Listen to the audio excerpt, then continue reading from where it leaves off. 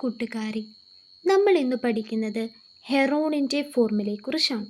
ആദ്യം ഹെറോണിൻ്റെ ഫോർമുല എന്താണെന്നൊന്ന് മനസ്സിലാക്കാം. ഹെറോണിൻ്റെ formula hero formula എന്ന് അറിയപ്പെടുന്നു. ജ്യാമിതിയിൽ 3 വശങ്ങളുടെയും നീളം അറിയുമ്പോൾ ഒരു ത്രികോണത്തിൻ്റെ പരപ്പളവ് ലഭിക്കുന്നു. അലക്സാൻഡ്രിയയിലെ ഹീറോയുടെ പേരിലാണ് ഇതിന് പേര് നൽകിയിരിക്കുന്നത്. ഒരു ത്രികോണത്തിൻ്റെ വശങ്ങൾ അറിയുമ്പോൾ പരപ്പളവ് കണക്കാക്കാൻ നമുക്ക് ഹെറോണിൻ്റെ ഫോർമുല ഉപയോഗിക്കാം. ഹെറോൺ സൂത്രവാക്യം എന്താണെന്ന് നോക്കാം. ഒരു ത്രികോണം ചുവടെ നൽകിയിരിക്കുന്നു. ഈ ത്രികോണത്തിൻ്റെ വശങ്ങൾ എ, ബി, സി ആയി എടുത്തിരിക്കുന്നു. അങ്ങനെയെങ്കിൽ എ എങ്ങനെ കാണാം? എ സമം root of S into S minus A into S minus B into S minus C. ഇവിടെ ഒരു ത്രികോണം, ഒരു മട്ടത്രികോണം എ ബി സി നൽകിയിരിക്കുന്നു. അതിൻ്റെ ബി സിയുടെ നീളം ബി ആയിട്ടും എ ബിയുടെ നീളം എച്ച് ആയിട്ടും എടുത്തിരിക്കുന്നു. ഒരു ത്രികോണത്തിൻ്റെ പരപ്പളവ് കാണാനുള്ള സൂത്രവാക്യം നിങ്ങൾ മുൻ ക്ലാസ്സുകളിൽ പഠിച്ചിട്ടുണ്ട്. ത്രികോണത്തിൻ്റെ പരപ്പളവ് കാണാനുള്ള സൂത്രവാക്യം സമം ഹാഫ് ഗുണം പാദം ഗുണം ഉയരം. ഇവിടെ പാദം ബി സി എത്രയാണ്? ബി ആണ്. എ ബി എന്ന് പറയുന്നതാണ് ഉയരം, അത് എച്ച്.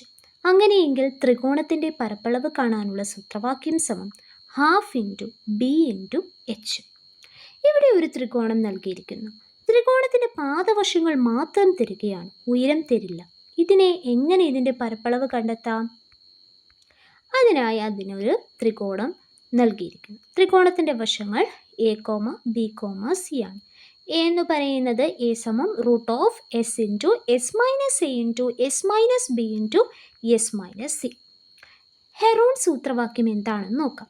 വശങ്ങളുടെ നീളം എ, ബി, സി ആയി ത്രികോണങ്ങളുടെ പരപ്പളവ് കണ്ടെത്താൻ ഹെറോൺ സൂത്രവാക്യം ഉപയോഗിക്കുന്നു. വശങ്ങളുടെ നീളം ഉള്ളപ്പോൾ അതിൻ്റെ പരപ്പളവ് കാണുന്നതാണ് ഹെറോൺ സൂത്രവാക്യം എന്ന് പറയുന്നത്. ഇവിടെ എ, ബി, സി എന്ന് പറയുന്നതാണ് വശങ്ങളുടെ നീളം. അങ്ങനെയെങ്കിൽ എസ് എന്ന് പറയുന്നത് അർദ്ധ ചുറ്റളവാണ്. എന്നാൽ അർദ്ധ ചുറ്റളവ് എങ്ങനെ കാണാം? ഒരു ത്രികോണത്തിൻ്റെ ചുറ്റളവെന്ന് വെച്ചാൽ എന്താണ്? ചുറ്റളവ് നോക്കാം. ചുറ്റളവെന്ന് പറയുന്നത് ഒരു ബഹുഭുജത്തിൻ്റെ എല്ലാ വശങ്ങളുടെയും നീളങ്ങൾ കൂട്ടുന്നതിനെയാണ് ചുറ്റളവെന്ന് പറയുന്നത്. അങ്ങനെയെങ്കിൽ എസ് എങ്ങനെ കാണാം? ചുറ്റളവുകൾ കൂട്ടുക.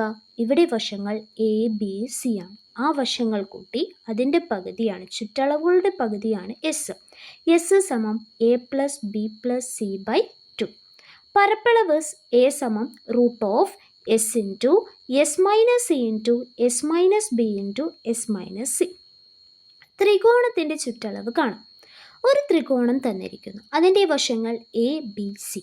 അങ്ങനെയെങ്കിൽ അതിൻ്റെ ചുറ്റളവ്, ആ വശങ്ങൾ കൂട്ടുന്നതാണ് അതിൻ്റെ ചുറ്റളവ്. ചുറ്റളവ് സമം A plus B plus C. അർദ്ധ ചുറ്റളവ് എന്ന് പറയുന്നത് ചുറ്റളവുകളുടെ പകുതിയാണ് അർദ്ധ ചുറ്റളവ്. അർദ്ധ ചുറ്റളവ് സമം A plus B plus C by 2.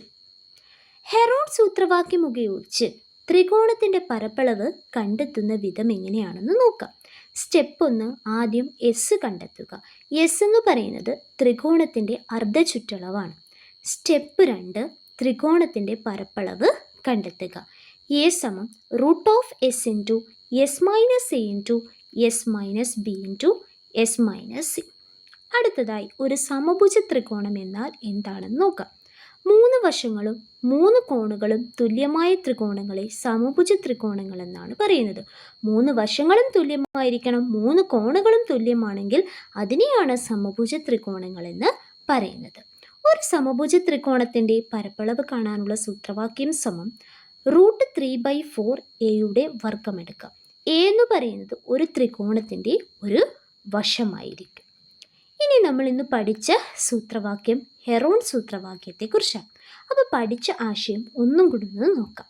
ത്രികോണത്തിൻ്റെ പരപ്പളവ് സമം root of S into S minus A into S minus B into S minus C. സമഭുജ ത്രികോണത്തിൻ്റെ പരപ്പളവ് സമം റൂട്ട് 3/4 എയുടെ വർഗം. ഇതാണ് നമ്മൾ ഇന്ന് പഠിച്ച ആശയം.